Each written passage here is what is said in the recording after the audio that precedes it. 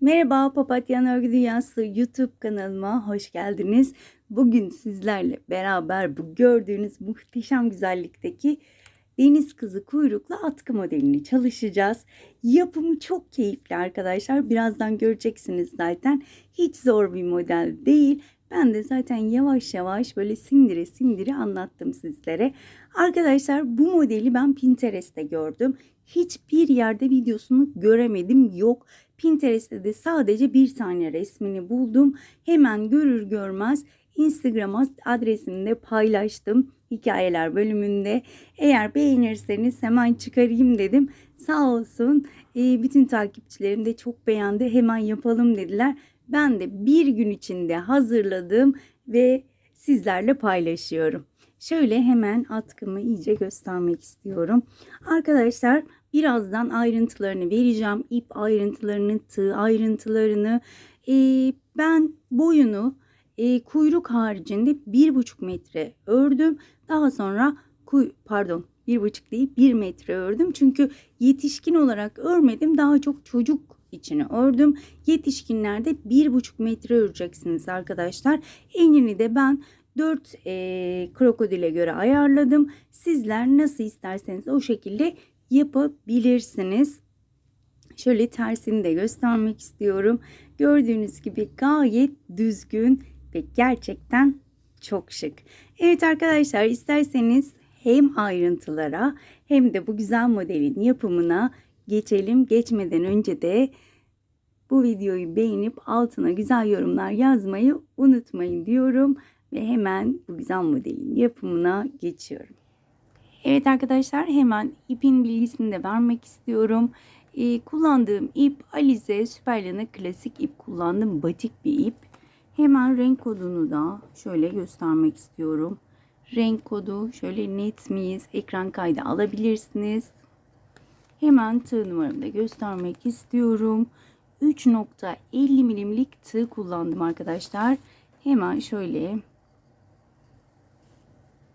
ipimi açıp başlamak istiyorum. Birazcık yakınlaştıralım. 5 tane zincir çekeceğim başlangıçta. İpimi bir düğüm attım. 1, 2, 3, 4, 5. 6 da çekebilirsiniz. Tamamen size kalmış. İlk çektiğim zincire battım. Kaydırma yöntemiyle kapattım.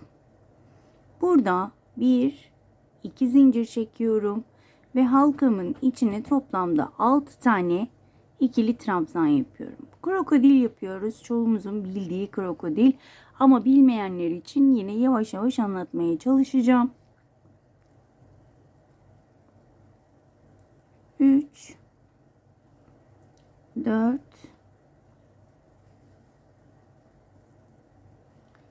5 ve 6. Araya bir zincir çekiyorum. Tekrar aynı şekilde halkamın içine 6 tane daha ikili trabzan yapacağım. 2, 3, 4, 5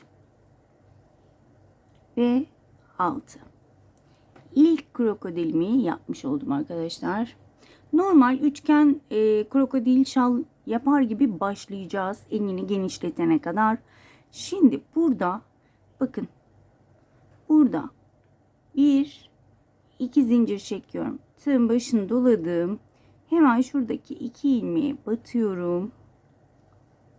İkili bir trabzan yaptım. 1, 2, 3 zincir çektim. Tığın başını doladım. Hemen ortaya batıyorum. Bir üst krokodillerin yuvalarını yapıyoruz. Buraya 2 tane ikili trabzan yaptım. 1, 2, 3 zincir çektim. Tığın başını doladım. Bakın şöyle sayarak yapalım. 1, 2, 3.'ye batıyorum. Şu şekilde. Aynı yere 2 tane ikili trabzan yapıyorum. Modeller üst üste gelmeyecek. İlk bir tane krokodil yaptık. İkinci sırada 2 tane yapacağız. Ortaya da tutturacağız. Şimdi burada arttırmada aklımızda olsun. 2 zincir çekiyorum ve bunu bir trabzan sayıyorum. Yine 6 tane ikili trabzan yapıyorum. 2 3 4 5 ve 6. Burada bir zincirim var. Bakın tığın başını doladım. Hemen karşıdaki trabzanın beline dolayarak 6 tane ikili trabzan. 2 3 4 5 ve 6. Bakın şöyle öne doğru çeviriyorum. Burası arkası.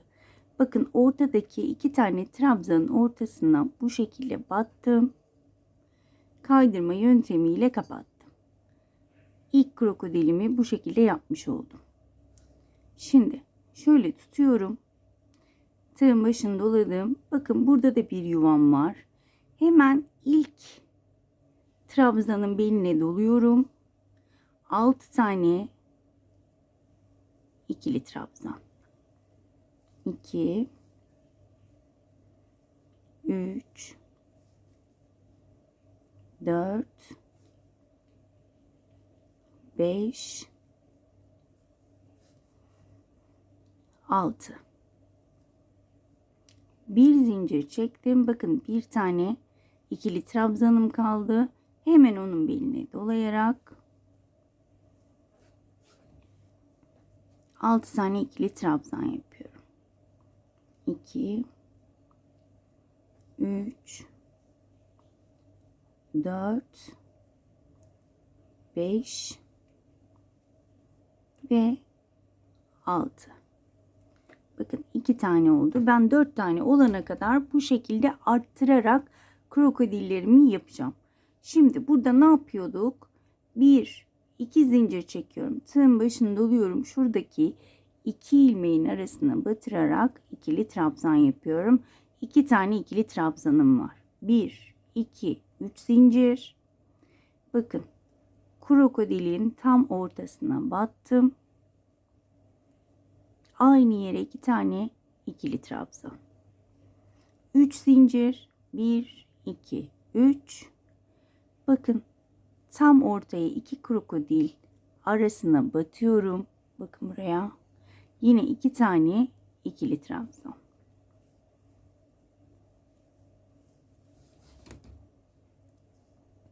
Bir, iki, üç zincir. Krokodilin ortasına batıyorum. 2 tane ikili trabzan. Son olarak 1 2 3 zincir ve yine buradan sayıyorum. 1 2 üçüncüye battım. Yine aynı yere 3 tane ikili trabzan. Bakın bir üst sırada 3 tane yuvam olmuş oldu. Şöyle göstermek istiyorum. Bakın 1 2 3. Şu krokodil ortalarına yuva yapmıyoruz. Krokodilleri sadece tutturuyoruz. Evet. Yine aynı şekilde başlıyorum. 2 zincir. Tığın başını doladım. Burada gördüğünüz ilk trabzanın beline dolayarak çektiğim zincirle beraber 6 tane ikili trabzan. 3 4 5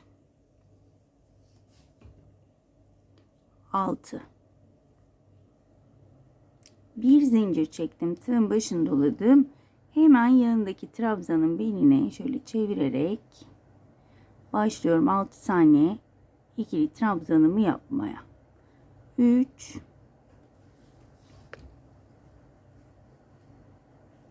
4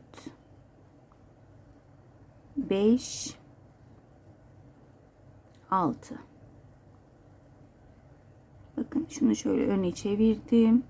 Hemen bakın krokodil tepesindeki yuvaya şu şekilde batıyorum ve kaydırmayla kapattım.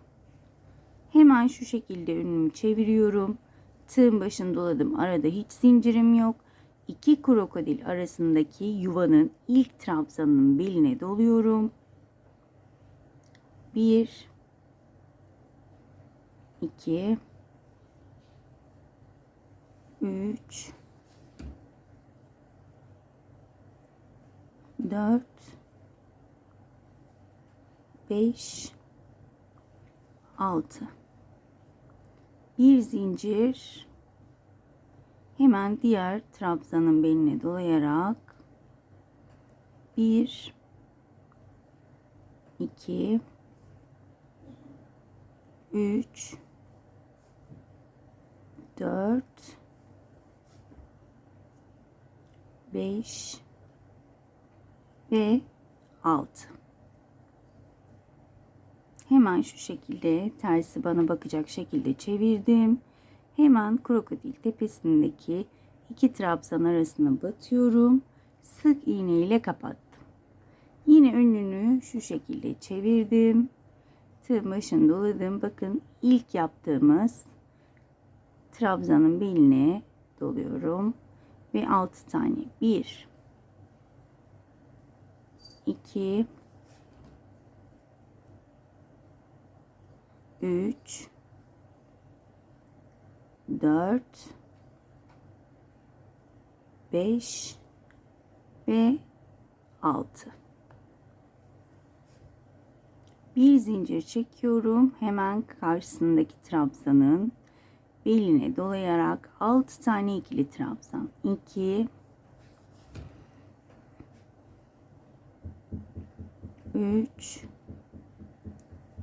4 5 ve 6. Hemen şöyle göstermek istiyorum. Bakın 1 ile başladık. 2 oldu. 3 oldu. Bir üstte de 4 olacak. Eğer üçgen şal yapmak isterseniz bu şekilde üçgen şala devam edebilirsiniz. Evet. Şimdi yine bu şekilde başlıyorum. 1 2 ikili trabzan yaptım. 1 2 3 krokodilin tam ortasına batırıyorum. 2 tane ikili trabzan. 1 2 3 zincir. 2 krokodil arasına batıyorum. 2 tane ikili trabzan. Buraları unutmayalım. Modelimiz çıkmaz çünkü 3 zincir. Krokodili ortasına battım.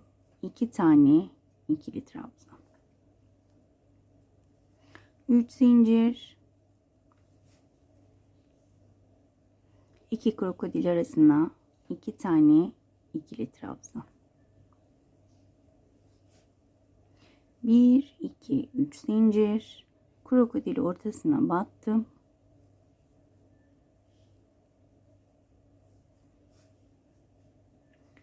Son olarak 3 zincir. Yine buradan 1 2 3.'yü sayıyorum. Bakın 3. şöyle zincire battım.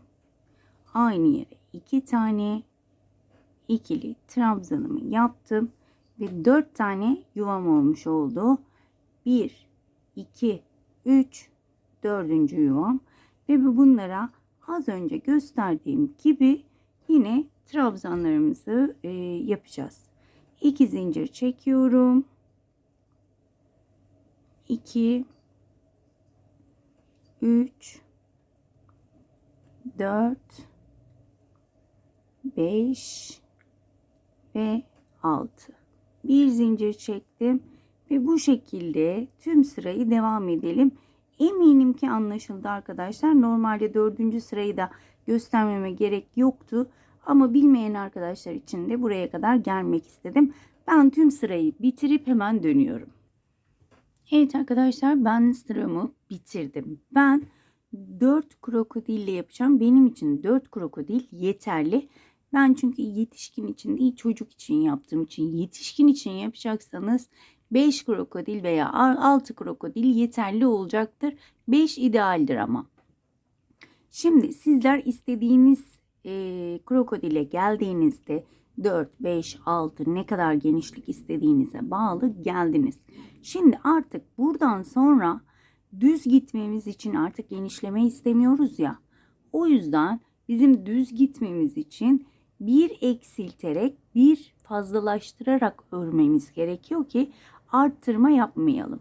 Şimdi eksiltme sırasındayım. Hemen eksiltme sırasını göstereceğim. 1, 2, 3 zincir çekiyorum. Hemen önümdeki krokodile şöyle kaydırma yöntemiyle bağlıyorum. 2 zincir çektim. Bu krokodile hemen bir tane ikili trabzan yaptım. Çektiğim zincirle beraber 2 tane oldu. 1, 2, 3. Diğer taraflar yine aynı şekilde, sadece başları ve sonları değişiyor. Bir sıra bu şekilde yapacağız. Bir sırada az önce gösterdiğim gibi arttırmalı sıra yapacağız.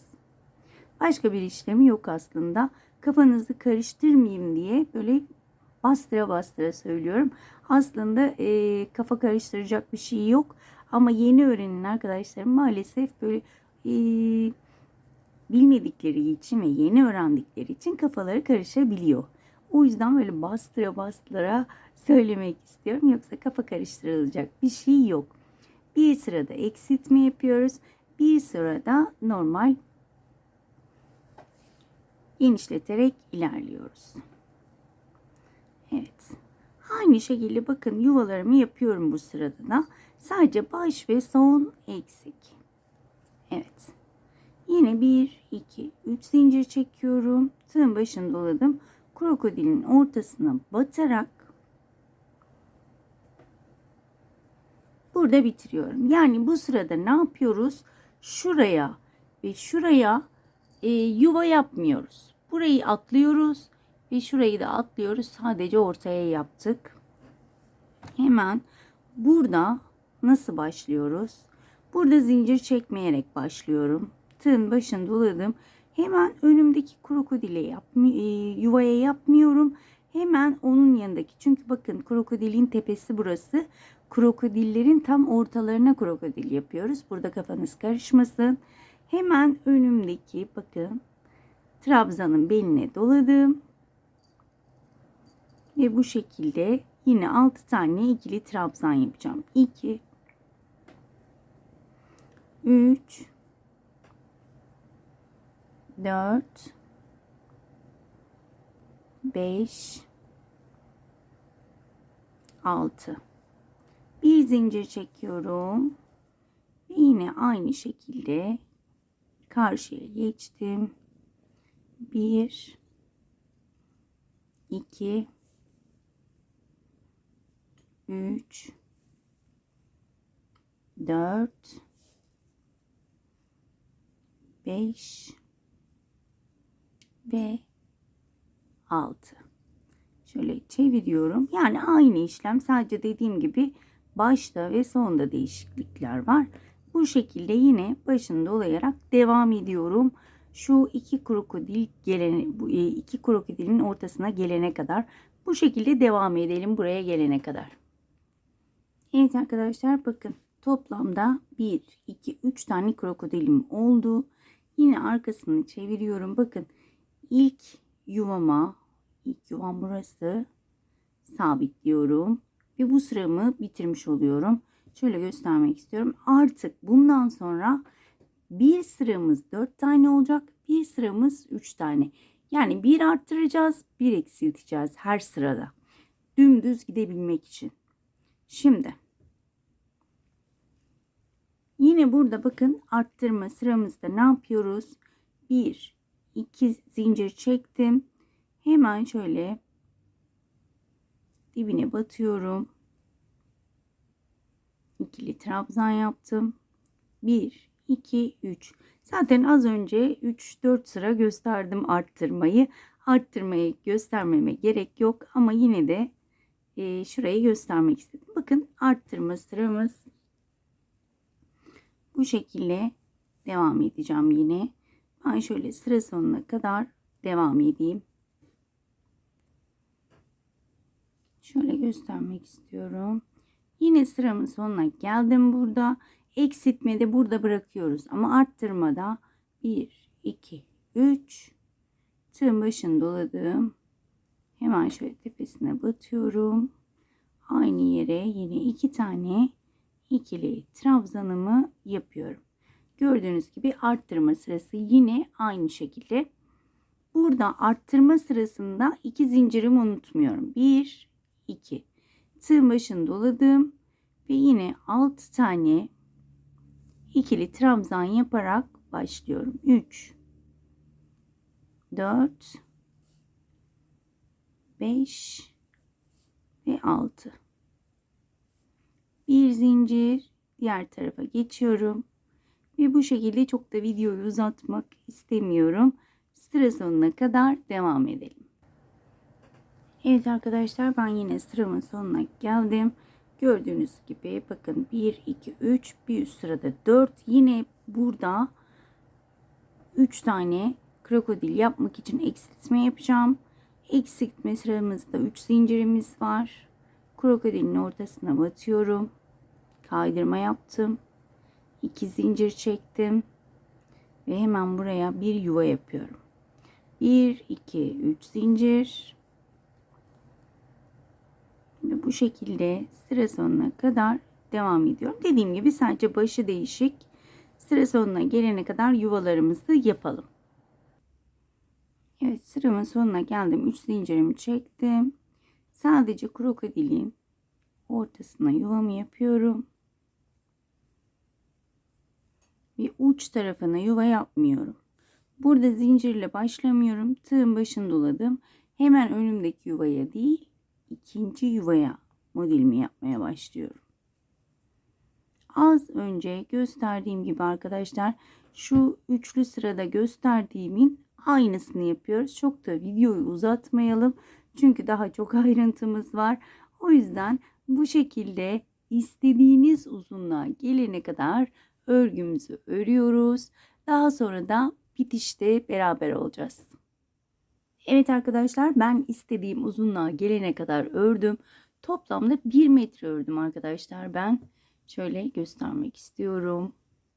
Sizler istediğiniz uzunluğa gelene kadar örebilirsiniz.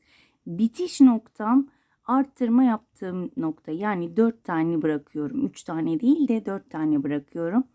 Arkadaşlar burayı bu şekilde düz bırakmak istemiyorsanız burayı da şöyle üçgen bir şekilde bırakabilirsiniz.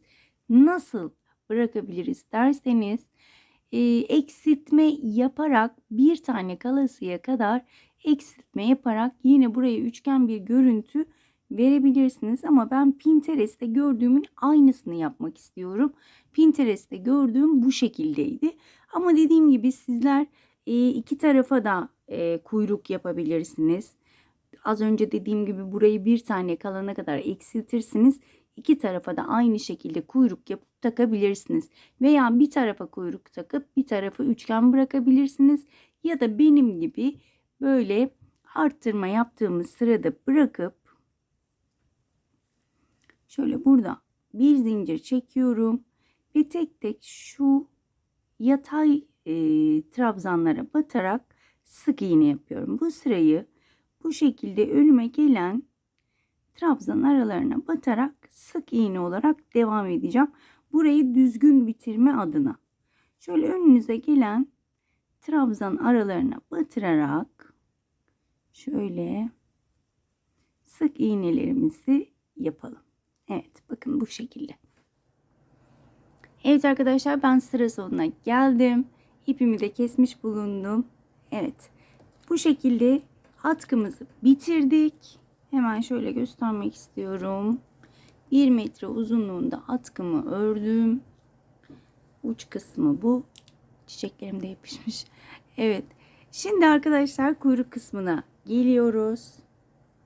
Şöyle ben birkaç kez çalıştım. Biliyorsunuz ki doğaçlamaya çalışıyoruz. Ben birkaç deneme yaptım. Ne kadar uzunluk buna uygun olur diye 36 zincir uygun geldi. Hemen birazdan ölçüsünü de vereceğim. 2, 3, 4, 5 toplamda 36 zincir çekip hemen dönüyorum. Evet arkadaşlar, ben toplamda 36 tane zincirimi çektim. Şöyle mezurayla ölçmek istiyorum. Sizler farklı iple yaptığınızda uzunluğu tabii ki farklı olacak. Şöyle arkadaşlar 18 şöyle gerildiğinde 18 santim geliyor. Sizler istediğiniz uzunlukta yapabilirsiniz. Yeniden söylüyorum, farklı boyutlarda daha büyük bir atkı yaptığınızda kuyruğunu da biraz fazla büyük yapmanız gerekiyor. Daha fazla zincir çekmeniz gerekiyor. Evet, burada 36 zincirimi çektim. Hemen şu dibine değil, şuraya batıyorum. Sık iğne yapıyorum. Bu şekilde bu sırayı arkadaşlar sık iğne ile devam ediyorum. Sıra sonuna kadar sık iğne yapıyorum. Sıramın sonuna geliyorum. Son sık iğnemi yapıyorum. Bu şekilde. Daha sonra bir zincir çektim. Çevirdim. Bakın, bir zincirimi çektim. Hemen şu öndeki ilmekten alıyorum ve sık iğne yapmaya başlıyorum. Ön ilmekten alarak sıra sonuna kadar bu şekilde ilmeklerimi alıyorum. 2 tane sık iğne kalana kadar. 2 tane sık iğneyi örmeyeceğiz. Sürekli eksiltme yaparak öreceğiz arkadaşlar. Dönüşlerde hep 2 tane sık iğneyi örmeyeceğiz. 2 tane sık iğne kalana kadar şu şekilde önden bir ilmek alarak sık iğnelerimi yapıyorum. Evet arkadaşlar, bakın 2 tane sık iğnemi örmedim. Şimdi biz toplamda 16 zincir çekmiştik. 36 tane zincir çekmiştik. 35 tane trabzanımız olması gerekiyor. İkisini örmedik. 33 tane trabzan yapmış olduğum ikinci sırada bir zincir çektim. Sayarsak yanlış yapma imkanımız olmaz. Tekrar sayarak dönüşte 33 tane şöyle yine arkalara batarak geri dönüyorum. Bakın, şöyle sayarak 35 tane olacak. Her dönüşte 2 eksilecek. Sayarsak tam 10 tane trabzan sık iğne kalana kadar bu şekilde öreceğiz. Yine sıra sonuna kadar arka ilmeklere batarak örmeye devam edeceğim. Evet arkadaşlar, toplamda 33 tane sık iğnemi yaptım. Şimdi bir zincir çekiyorum. Geriye dönüyorum.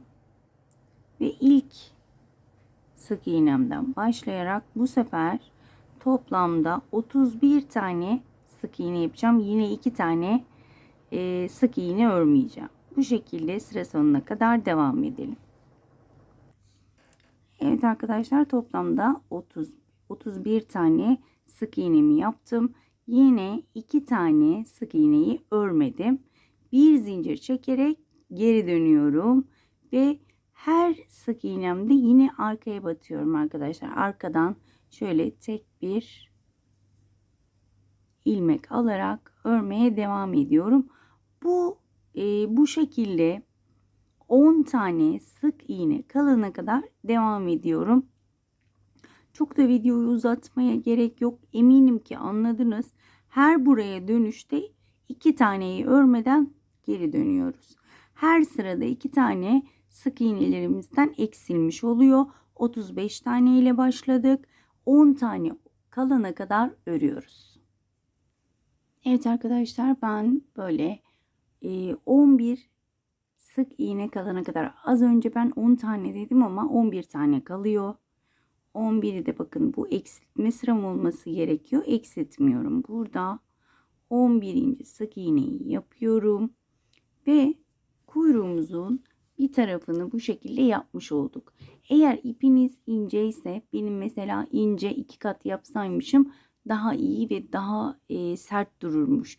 2 kat yapabilirsiniz arkadaşlar, ipiniz ince ise. Evet, bir tarafını yaptık. Şimdi diğer tarafını da bu sefer eksilterek yaptık. Çoğaltarak yapacağız şimdi. Bakın, burada şöyle çeviriyorum. 1, 2, 3 zincir çekiyorum. Ve önümdeki ikinci zincire battım. Sık iğne. ikinci zincire battım. Sık iğne ve sıra sonuna kadar sık iğne yapıyorum. Bakın 2 tane arttırmış arttırmış bir türlü konuşamadım. Arttırmış oldum. Evet, bu şekilde sıra sonuna kadar yine aynı yöntemle devam ediyorum. 2 2 her sırada arttıracağız. 35 tane sık iğne olana kadar. Burada 35 tane ile başladık. Diğer tarafta da 35 tane sık iğne olana kadar her sırada ikişer ikişer arttıracağım. Dönüyorum. Şöyle hemen yine arka ilmekten batırıyorum. Ve sıra sonuna kadar bu şekilde devam ediyorum.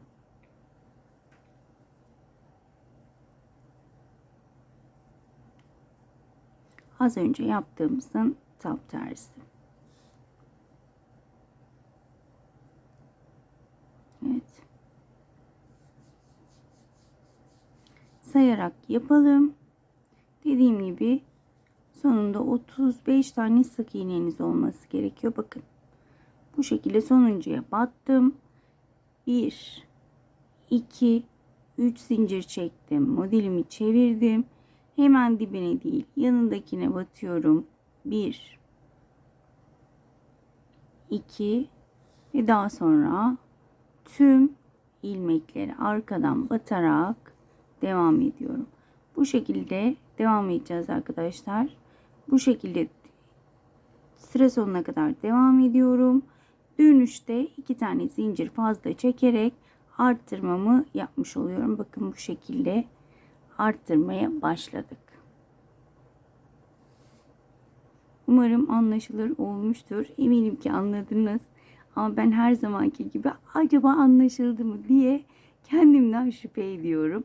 Ama eminim ki anlaşıldı. Bir zincir çektim. Modeli çevirdim. Ve tekrar bir sıra daha göstermek istiyorum.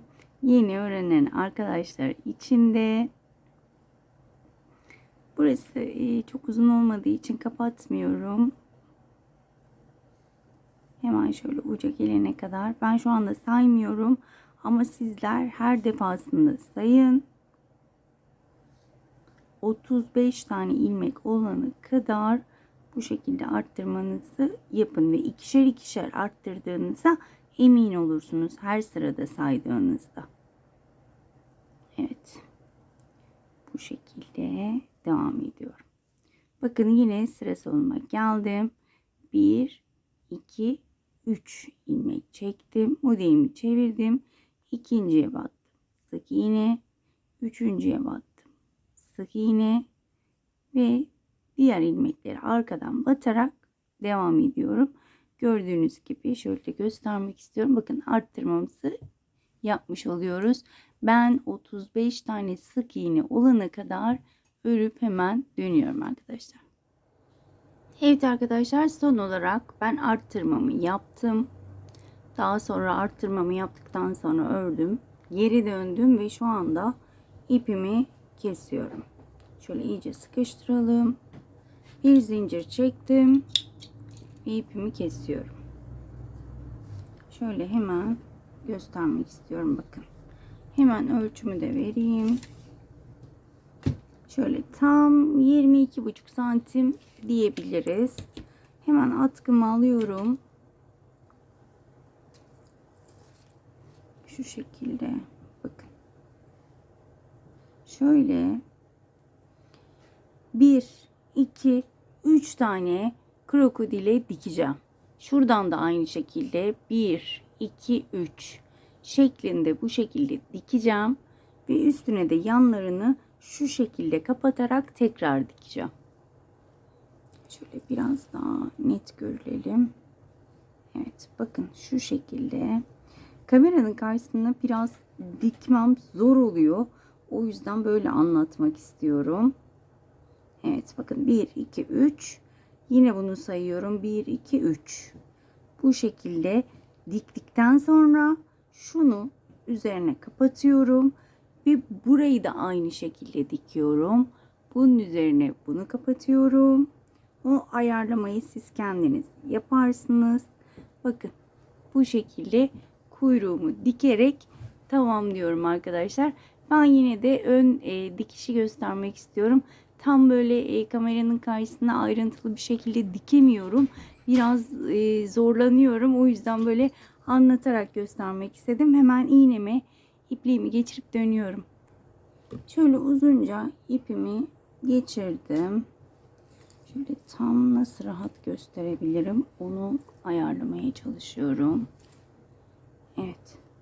Bakın tam şu ortadaki 11 zinciri tam ortaya getirmeye çalışıyorum. Onun ortada olduğundan emin olun.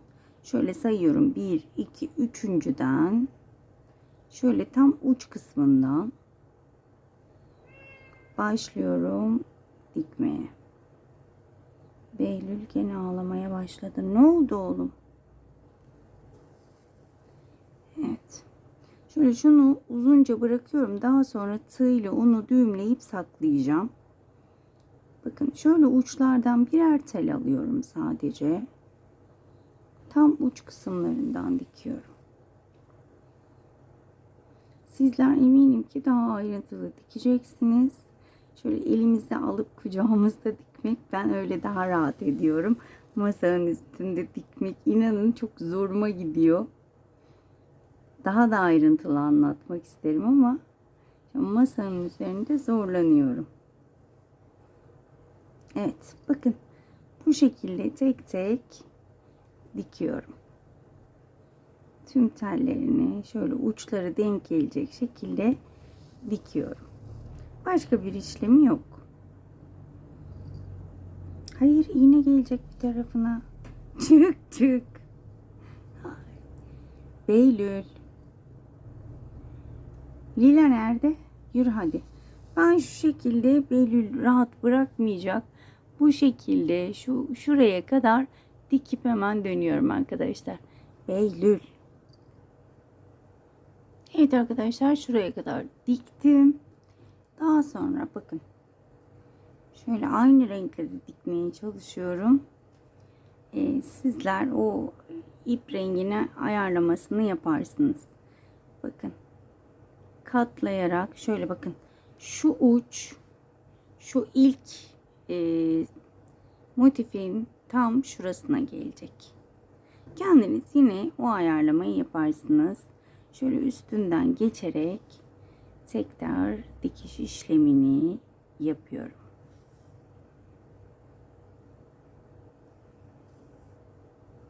Şöyle bir tarafını göstermek istiyorum. Diğer tarafını zaten kendiniz yapabileceksiniz. Daha sonra muhakkak buhar tutmanız gerekiyor. Bir kere buhar tuttuğunuzda zaten yıkasanız da bozulmayacaktır. Evet. Şöyle göstermek istiyorum. Çok güzel olmadı mı? Ama bence çok güzel oldu. Şu şekilde şurayı açarak bir buhar tutuyoruz.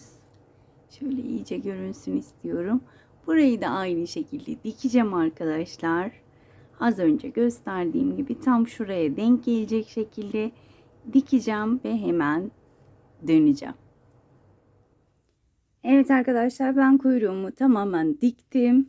Şöyle arkasını da göstermek istiyorum. Gayet düzgün ve atkımız hazır. Az önce dediğim gibi ben Pinterest'te gördüğüm gibi yaptım. Burayı düz bıraktım. Burayı tamamen sizin zevkinize bırakıyorum. Diğer tarafı nasıl yapmak isterseniz o şekilde yapabilirsiniz. Ben gerçekten çok keyifli bir şekilde ördüm. Umarım sizler de keyifli şekilde örer, güle güle kullanırsınız ya da hediye edersiniz. Size kalmış. Bir videonun daha sonuna geldik. Umarım ayrıntılı bir şekilde anlatabilmişimdir. Umarım anlatımımdan memnun kalmışsınızdır. Bir dahaki modellerde görüşmek üzere. Kendinize iyi bakın.